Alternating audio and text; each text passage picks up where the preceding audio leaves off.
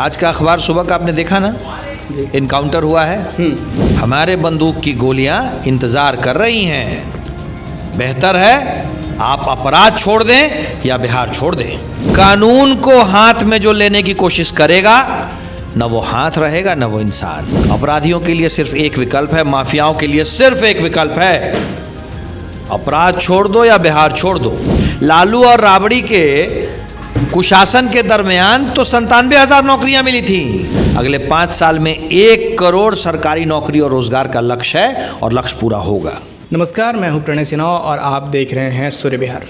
देखिए, बिहार विधानसभा का पहला सत्र, शीतकालीन सत्र आज शुरू हो गया है और इस मुद्दे पे बात करने के लिए हमारे साथ बीजेपी के प्रदेश प्रवक्ता कुंतल कृष्णा जी हैं, हमारे साथ हैं। उनसे हम उन सभी मुद्दों पर बात करेंगे जिसमें कि बिहार में बढ़ते अपराध को लेकर जो भी चीज़ हो रही है, जो भी सियासत में जो चीज़ें हो रही है, बिहार में जो सियासी हलचल हो रही है, उन सभी तमाम मुद्दों पर हम इनसे बातचीत करेंगे।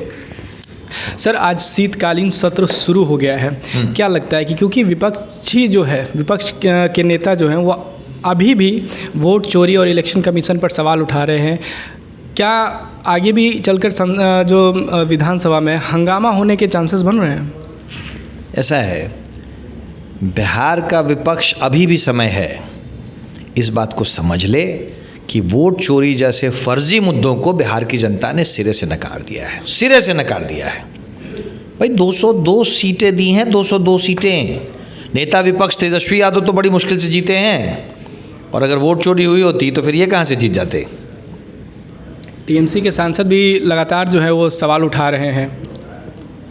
टीएमसी के सांसद हैं, एक व्यक्ति हैं हुमायूं, उन्होंने राम मंदिर पे कुछ कहा था।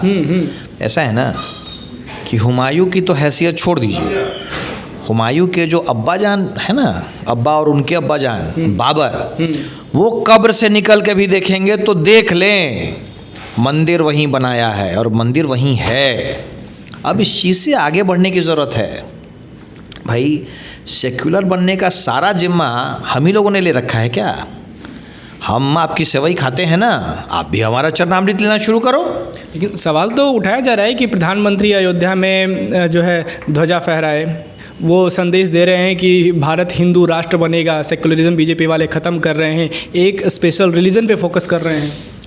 माननीय प्रधानमंत्री जी ने ध्वजा फहराया और हमें इस बात पे फ़ख्र है, हमें इस बात पे गर्व है। इस देश में माननीय नरेंद्र मोदी जी उस वक्त प्रधानमंत्री हैं, उनके नेतृत्व में आज देश में एक शासन है जिसके शासनकाल में राम मंदिर का निर्माण भी हुआ और ध्वजारोहण भी हुआ। हमें इस बात का गर्व है। राम मंदिर बन चुका है, यही असलियत है। और सेक्युलर होने का ठेका सिर्फ हमने नहीं ले रखा है। हम आपकी सेवई खाते हैं ना, आप भी हमारा चरणामृत लेना शुरू करो। हम पीर बाबा के आगे झुकते हैं ना, आप भी उस ध्वजा के आगे झुकना सीख लो, तभी ये देश सही मायने में सेक्युलर रहेगा। सेक्युलर बनाए रखने का जिम्मा दोनों का है। आपकी सेवई तभी मीठी लगेगी जब आप हमारा चरणामृत खाना शुरू करोगे, और जितनी जल्दी हो सकता है इस बात को मान लेने में सबकी भलाई है। कायदे में रहोगे तो फ़ायदे में रहोगे। देखिए, अब बात बिहार की करते हैं कि पहले राबड़ी देवी जी को, लालू प्रसाद यादव जी को जो है नोटिस जारी कर दिया गया कि बंगला खाली करना है, और उसके बाद तेज प्रताप यादव जी को भी नोटिस जारी कर दिया गया। तो कहीं ना कहीं सवाल ये भी उठ रहा है कि जो है बीजेपी जीत के बाद बदला ले रही है। तेज प्रताप यादव जी चुनाव हार गए हैं, जनता ने उन्हें आदेश दे दिया है कि वो सरकारी बंगला खाली कर दें, और राबड़ी जी को जो नोटिस गया है वो कोर्ट के आदेश से गया है, उनको तो दूसरा बंगला अलॉट कर ही दिया गया है। हर पद के लिए एक नोटिफाइड बंगला है। माननीय राबड़ी देवी जी के लिए पूरे सम्मान के साथ उनका नोटिफाइड बंगला दे दिया गया है। अब मैं उम्मीद करता हूं और ये सरकार भी उम्मीद करती है कि माननीय लालू जी, राबड़ी जी और उनका परिवार सम्मान के साथ उस नए बंगले में शिफ्ट हो जाए, बिना पुराने बंगले में कोई नुकसान पहुंचाए हुए। क्योंकि पीछे जब तेजस्वी जी ने बंगला छोड़ा था तो नल टोटियां तक गायब थी। इस बार ऐसा नहीं होगा, ऐसा हमें उम्मीद है। दूसरी बात ये कि जब से सम्राट चौधरी जी उप मुख्यमंत्री बने हैं और गृह मंत्रालय की कमान उन्होंने जब से संभाला है, बिहार में उनके गृह मंत्रालय के कमान संभालने के 10 दिन के भीतर लगभग 40 से 45 क्रिमिनल केसेस आए हैं, वो भी गंभीर, जैसे पटना का कांड ले लीजिए, सिवान का कांड ले लीजिए, मुजफ्फरपुर का ले लीजिए। दूसरी बात कि जिस तरह से बुलडोज़र चलवाए जा रहे हैं, इन सब चीज़ों को लेकर जो है कहीं ना कहीं एक जो है नेगेटिव इमेज जा रहा है जनता के बीच में, सवाल उठ रहे हैं। हमारे लिए कानून और व्यवस्था सबसे ऊपर है। बिहार में सिर्फ एक माफिया है, वो है बिहार का कानून। कानून को हाथ में जो लेने की कोशिश करेगा, न वो हाथ रहेगा न वो इंसान। अपराधियों के लिए सिर्फ एक विकल्प है, माफियाओं के लिए सिर्फ एक विकल्प है, अपराध छोड़ दो या बिहार छोड़ दो।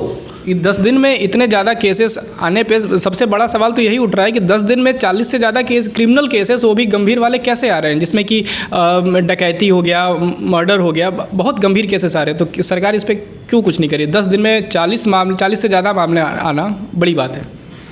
आज का अखबार सुबह का आपने देखा ना, इनकाउंटर हुआ है। अपराधियों को एक सलाह दिए देता हूँ, अपराध छोड़ दो या बिहार छोड़ दो, वरना दुनिया छोड़ना पड़ जाएगा। हमारे बंदूक की गोलियां इंतज़ार कर रही हैं। बेहतर है आप अपराध छोड़ दें या बिहार छोड़ दें। एक आखिरी सवाल ये भी रहेगा कि सरकार ने जब से बोला है कि हम अगले आने वाले 5 साल में 1 करोड़ नौकरी और रोज़गार देंगे, तो विद्यार्थियों में इस चीज़ को लेकर जो है वो आश्वस्त नहीं हो रहे हैं कि पिछले 20 सालों में जो है इतने नहीं दे पाए, तो अगले 5 साल में कैसे दे देंगे? 20 साल में भी हमने 19 लाख नौकरियां दी थी। यही सवाल था। ये तो 15 साल भाई, उसके 15 साल में तो 1 लाख नौकरियां भी नहीं मिली थी।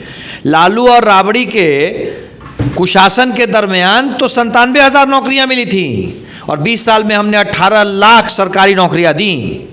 अगले 5 साल में 1 करोड़ सरकारी नौकरी और रोजगार का लक्ष्य है, और लक्ष्य पूरा होगा। हमने कहा, हमने किया ना, 10 लाख कहा था, 12 लाख दिया। हमने ही किया है और हम ही करेंगे, क्योंकि हमारे पास ब्लूप्रिंट है, हमारे पास सोच है, हमारे पास नीति है, और हमारे पास नीयत है, और सबसे ऊपर हमारे पास नेतृत्व है।